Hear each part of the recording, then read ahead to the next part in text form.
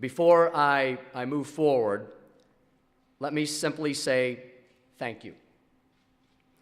Thank you to my family and friends who have supported me in all of the efforts throughout all of these years to serve the people of the great state of Missouri.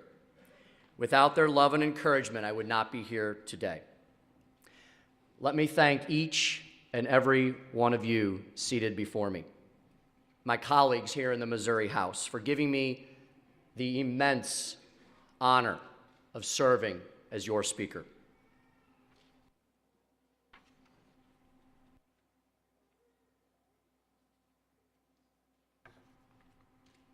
I am excited to work with each and every one of you in the coming months to advance the policy items that mean the most to you and the people of your districts. Let me also thank the members, past and present, who so graciously escorted me to the dais to receive this honor. Thank you for your support and friendship. Let me give extra special thanks to a couple of special guests that you've probably noticed. My good friend, Danny Moore, the former lady from Callaway who made the trip to Jefferson City today to serve on the escort committee. She was a mentor and a friend, remains so to this day and during my first years in the House. She was an immense help to me as I learned my way throughout this legislative body. I know there are many of you who can say the same. Thank you, lady from Callaway, for being such a conscientious public servant and such a giving and caring soul.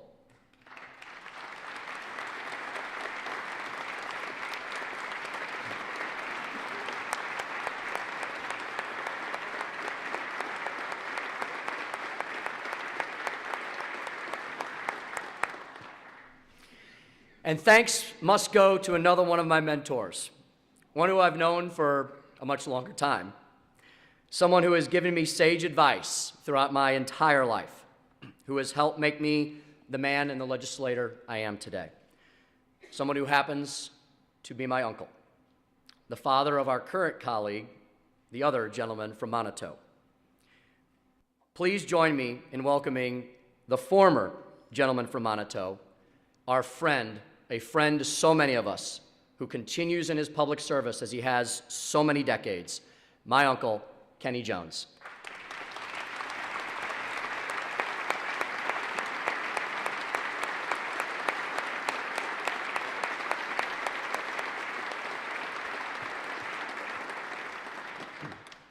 Uncle Kenny, thank you for being a guiding force in my life, for teaching me what it means to serve with honesty and integrity.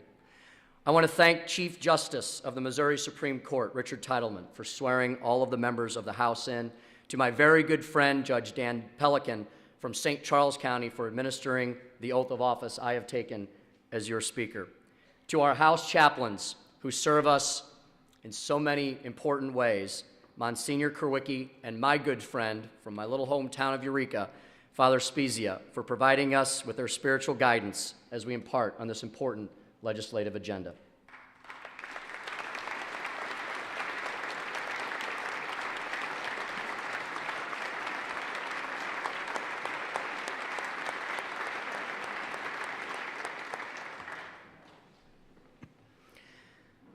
Let me also take a few important, precious moments to thank my family for the support they have given me as I have pursued this dream of public service that so many of us have in this building.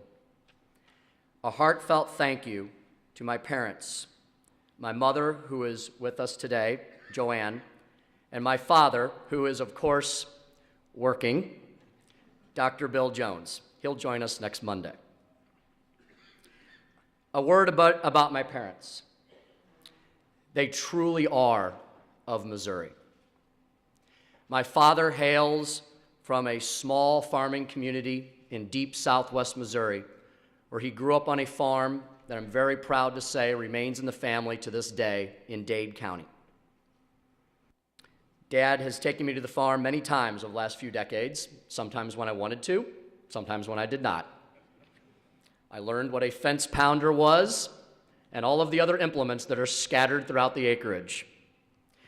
My mother is a city girl from Maplewood, Missouri. They, of course, met at the University of Missouri, St. Louis. My father became a veterinarian, my mother an educator, and then, more importantly, I believe for her, the mother of 3 children. They have taught me so much of what you see before you as the person I am today, and have instilled values in me from the early days and do to this day here. I owe them more than I can put into words. Mom and Dad, thank you.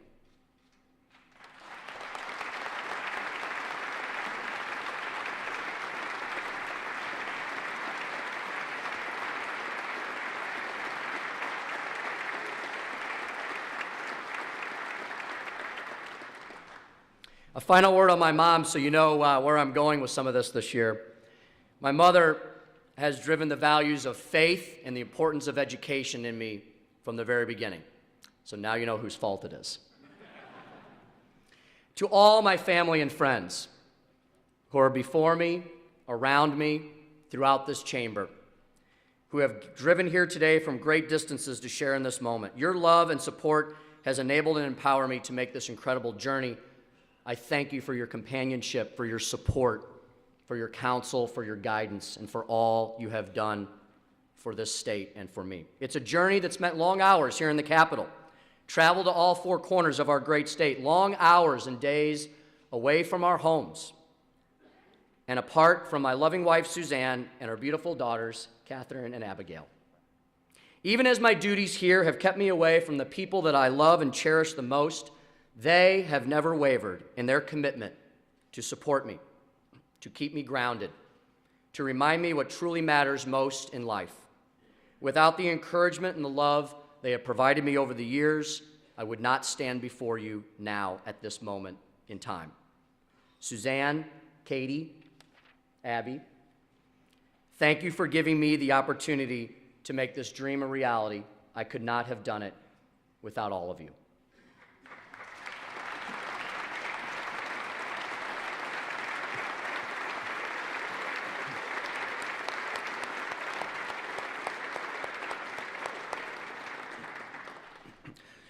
The truth is, when you make sacrifices such as these, we all make them as we choose to serve.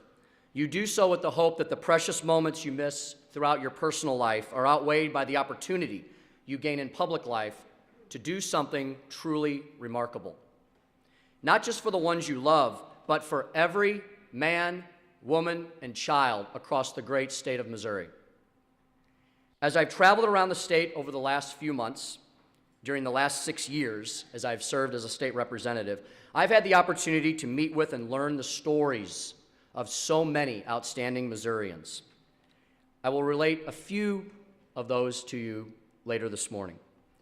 From single parents who have overcome adversity to provide a brighter future for their children, to business owners who have found a way to not only survive, but thrive in the face of what has been truly turbulent and challenging economic times, to farm families who have endured and overcome some of the toughest years in recent memory.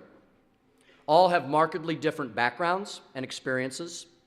All share the common traits of diligence and determination that have allowed them to succeed in the face of adversity. All have an unrelenting desire to see Missouri become a state where our opportunities outnumber our obstacles, where government can maintain a level playing field that gives all Missourians the chance to make their dreams a reality.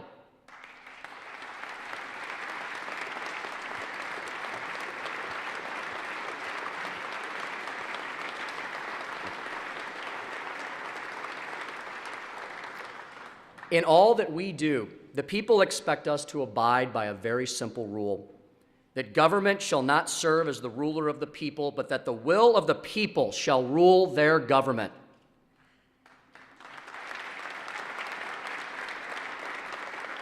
As our state motto forever reminds us, the welfare of the people shall be the supreme law of the land. It is a motto that should be in our hearts and our minds with every action we take as public servants.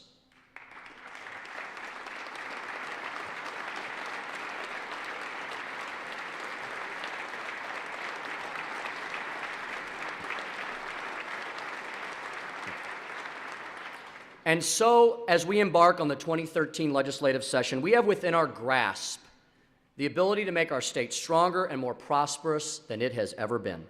The people of this state, yes, did send the largest Republican caucus in the history of Missouri to Jefferson City to advance a bold and ambitious policy agenda.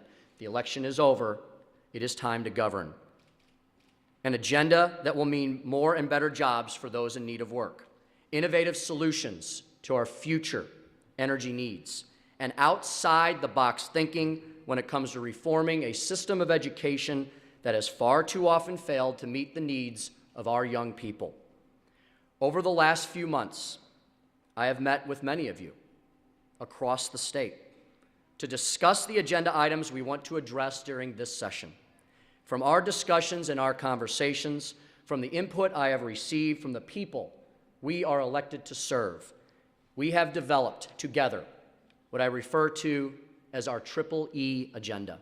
An agenda, I believe, that can make Missouri the strongest state in the nation in the areas of economic development for job creation, a strong energy policy for a more energy-independent Missouri future, and education, funding, and reform.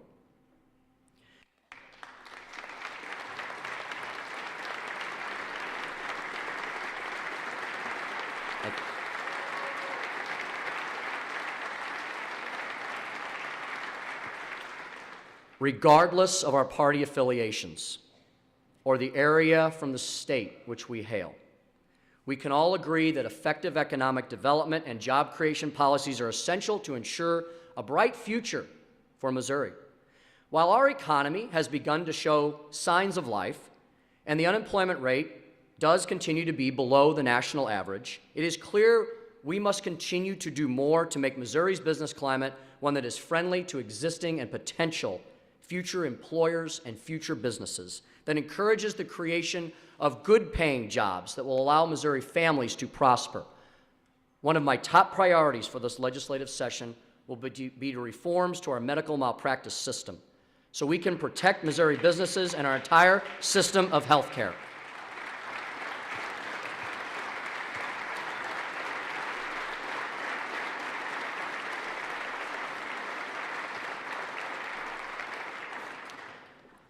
When the protections that existed in our healthcare system for many years, when the caps were struck down and that protection was removed from an entire industry that affects each and every person in this chamber and in this state, it opened up the potential for a floodgate of lawsuits that will threaten to drive the cost of premiums and insurance through the roof. It will affect and increase the cost of care. It will encourage the use of so-called defensive medicine.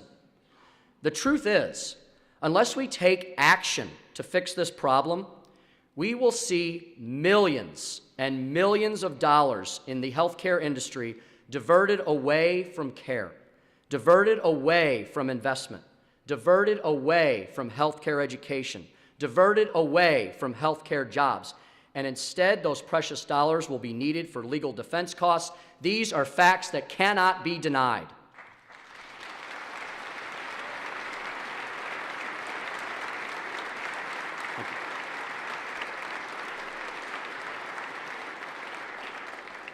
Unless we act,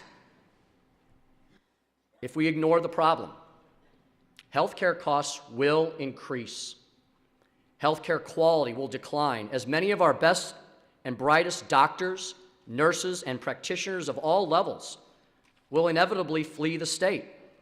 That is why we will work this session to stave off the looming threat by reinstating a reasonable cap and reasonable protections, by making reforms that will ensure providers are not in danger of being targeted by harmless, needless, endless litigation.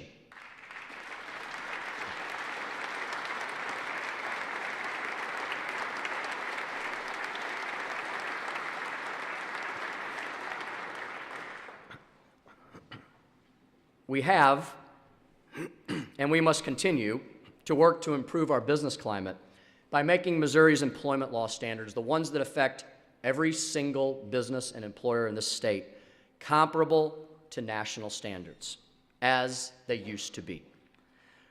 Court decisions have pushed employment laws above and beyond what is required by federal law. something that has negatively impacted our ability to attract new employers to our state and maintain the ones that are doing business here.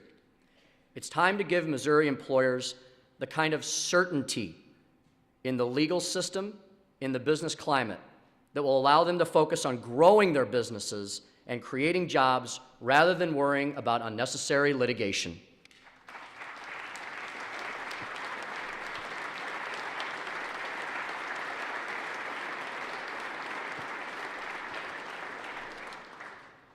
This House, this Senate, has found a solution to that situation twice. We have passed the solution to the governor's office. It has unfortunately been vetoed from law. I pledge to work with the governor's office this year to finally reach a solution to this important issue that affects every single business. And another element to improving that business climate and encouraging economic development will be to improve our workers' compensation system.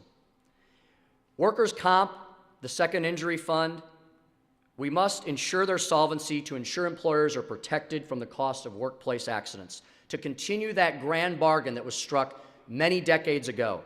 However, if the insolvent second injury fund cannot be salvaged without unfairly penalizing job creators with excessive taxation, we must follow the lead of so many other states and begin the task of winding down a fund that has been mismanaged for decades.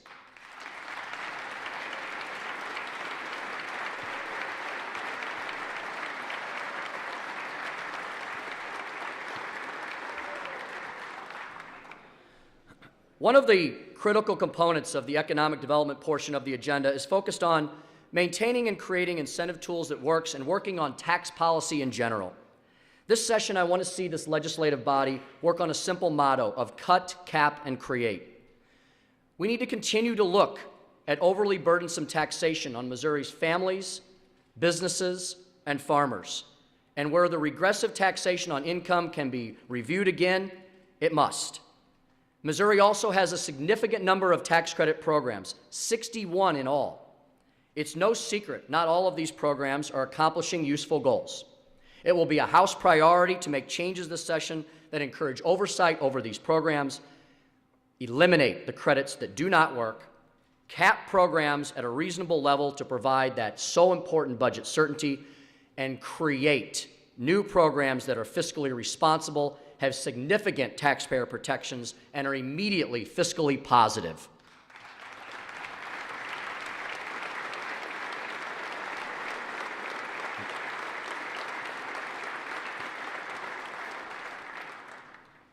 Benevolent tax credits, as you know, are in great danger in this state. Many have already expired. They must be part of this discussion as well.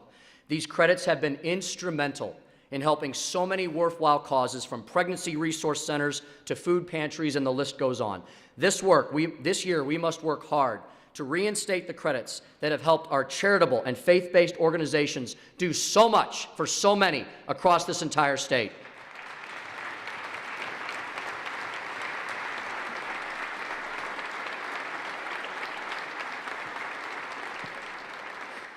We must give careful consideration to the challenges before us in ways that we can supplement these efforts by improving our state's infrastructure. It equals commerce, which equals jobs. We must work to make our roads and bridges, our essential transportation routes of commerce, that are maintained, repaired, and rebuilt. That our essential state services, the college campuses, where young minds are prepared for the future, have the resources and facilities they need to succeed. This means giving serious and careful consideration to a bold bonding proposal that could generate billions of dollars for these crucial projects. It will help us meet the demands we face today as well as those in the future.